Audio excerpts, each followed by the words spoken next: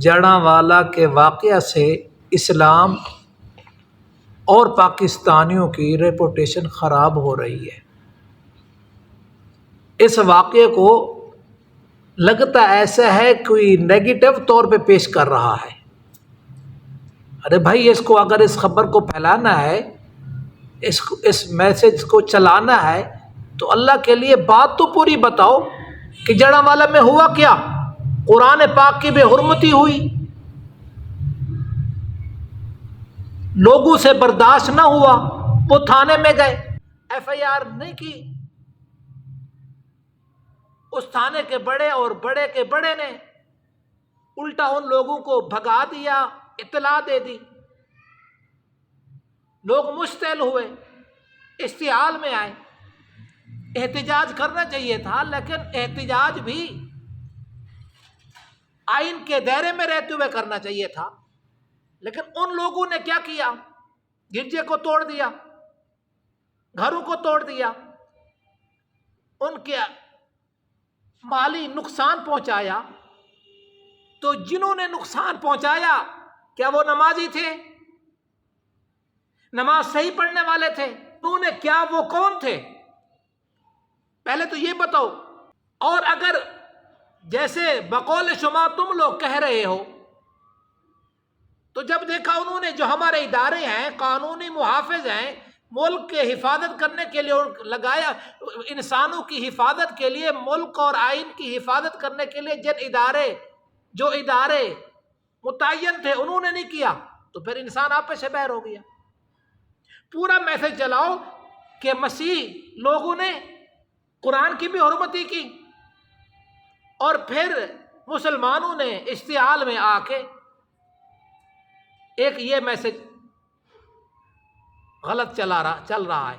دوسرا میسج یہ بھی چل رہا ہے فیس بک، تیری امت کے لوگوں نے میرے گھر کی اہانت کی، ابن مریم نے محمد سے شکایت کی۔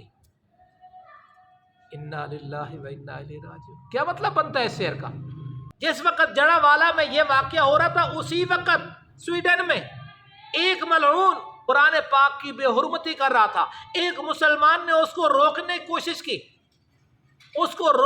کوشش کی، لیکن پھر اداروں نے مسلمان کو ڈانٹ ڈپٹ کے پکڑ کے اندر کر دیا، اس کو کھلی چھٹی مل گئی۔ کیا ان ملکوں میں میرے آقا صلی اللہ علیہ وسلم کے نعوذ باللہ توہین نہیں ہوئی، گستاخیاں نہیں ہوئی، بے ادبیاں نہیں ہوئی، خاکے نہیں بنائے گئے؟ قرآن پاک کی وہاں توہین کرنے والوں کی سرپرستی کی جا رہی ہے، ان کو بھی دیکھو اور پاکستان کو بھی دیکھو۔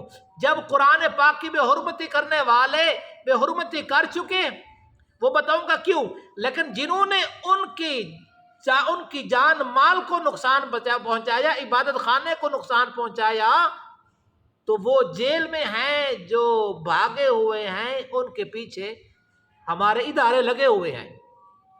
یہ اسلام ہے۔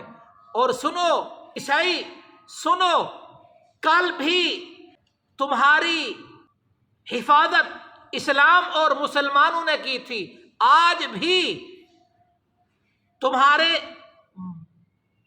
حفاظت مسلمان کریں گے، کیونکہ دنیا کائنات میں جتنے مذاہب ہیں، مسلمان اور عیسائیوں کا آپس میں گہرا تعلق ہے۔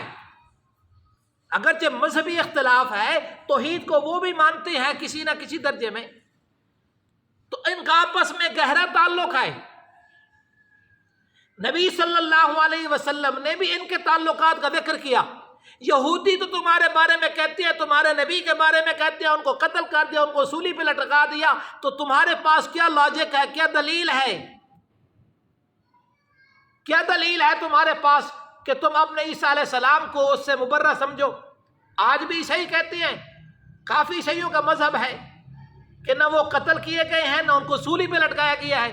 تو یہ بات کس نے کہی ہے؟ قرآن مجید نے کہا قتلوہ وما صلبوہ ولکن شبہ لہم، اور آگے اسی آیت میں آگے فرمایا وما قتلوہ یقینا پر رفعہ اللہ الیہ، عیسائی برادری تمہارے پاس کیا دلیل ہے کہ عیسیٰ علیہ السلام اٹھائے گئے؟ تمہاری انجیل تو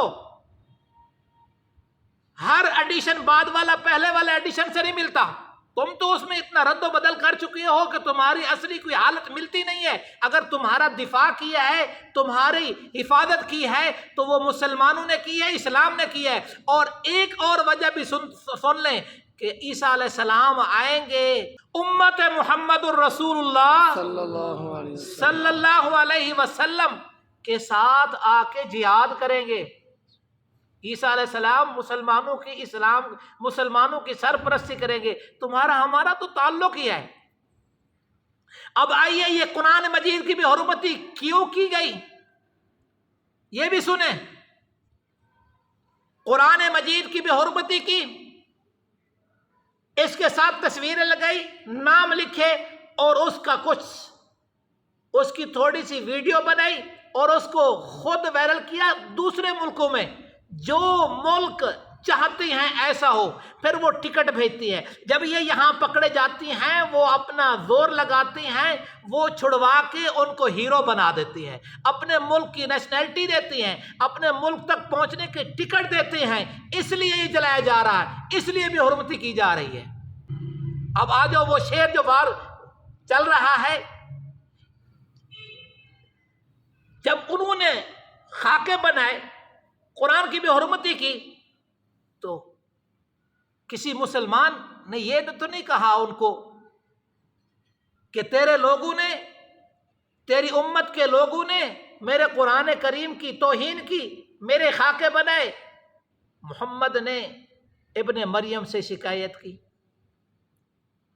یہ میسج بھی، اور جیسے پچھلے دنوں میں اگست کے، او جی خلیفہ برج پہ پاکستان کا جھنڈا نہیں لگا، تو پاکستانی ہے یا بات چلانے والا یا کون ہے؟ تو اپنے ملک کی اگر نہیں بھی خلیفہ برج پہ اگر پاکستان کا جھنڈا نہیں بھی لہرایا گیا تو اس کی بات کرنے کی ضرورت کیا ہے؟ تو پاکستانی ہے یا تو کوئی غیر ہے؟ جھنڈا وہاں لہرایا گیا لیکن تحقیق نہیں۔ اسی طرح اور باقی یہ بات سن لیں، ادارے سن لیں، تمام ادارے، تحفظ قرآن ہمیں سب سے زیادہ عزیز ہے۔ تحفظ قرآن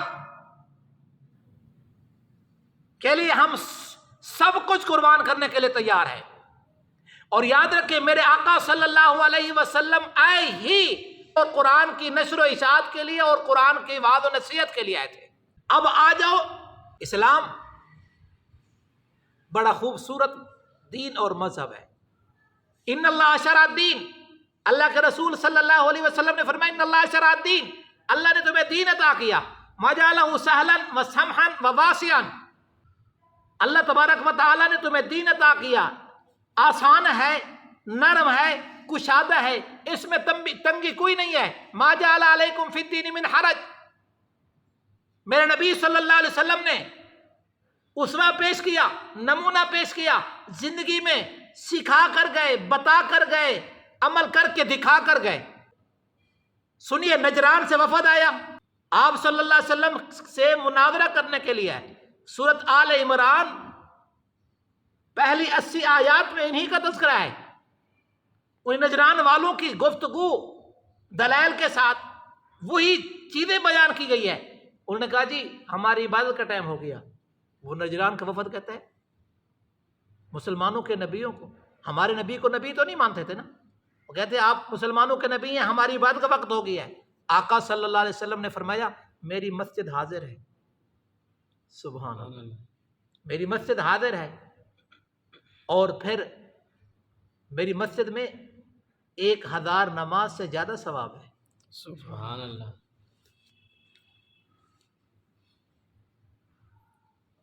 یہ اسوہ پیش کیا۔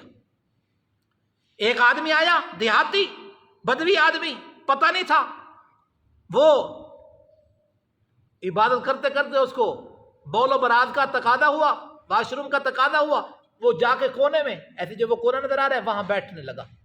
صحابہ دوڑنے لگے، آپ نے پھر روک دیا، وہ بیٹھا، قضاء حاجت سے فارغ ہوا، آپ نے اس کو بلایا اور سمجھایا اللہ پاک کی عبادت کے لیے اللہ کا پاک گھر ہے، پاک گھر میں عبادت کی جاتی ہے، جو کام آپ نے کیا یہ مسجد کرنی ہے، اس کے لیے وہ جگہ مخصوص ہیں، مسجد میں نہیں۔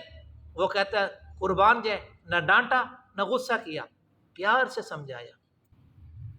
حضرت عمر بن خطاب رضی اللہ تعالیٰ عنہ کا زمانہ آیا، فتوحات ہوئی، ان فتوحات والے علاقوں میں حضرت عمر جایا کرتے تھے۔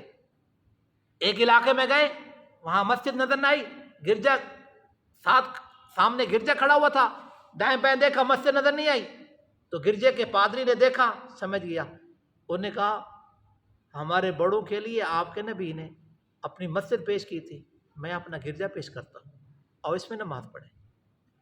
عمر نے کہا میں پڑھ سکتا ہوں لیکن نہیں پڑھوں گا، میں پڑھ سکتا ہوں لیکن نہیں پڑھوں گا۔ کیوں؟ آج اگر میں نے یہاں نماز پڑھ لی، کل مسلمان یہ حق جیت رہے ہیں ہمارے امیر المومنین نے یہاں نماز پڑھی ہے، لہذا ہم اس کو مسجد بنانا چاہتے ہیں۔ اسلام غیر مسلموں کے اقلیتوں کے عبادت خانے کی حفاظت کی تعلیم دیتا ہے، نئے سرے سے تعمیر کی تعلیم نہیں دیتا۔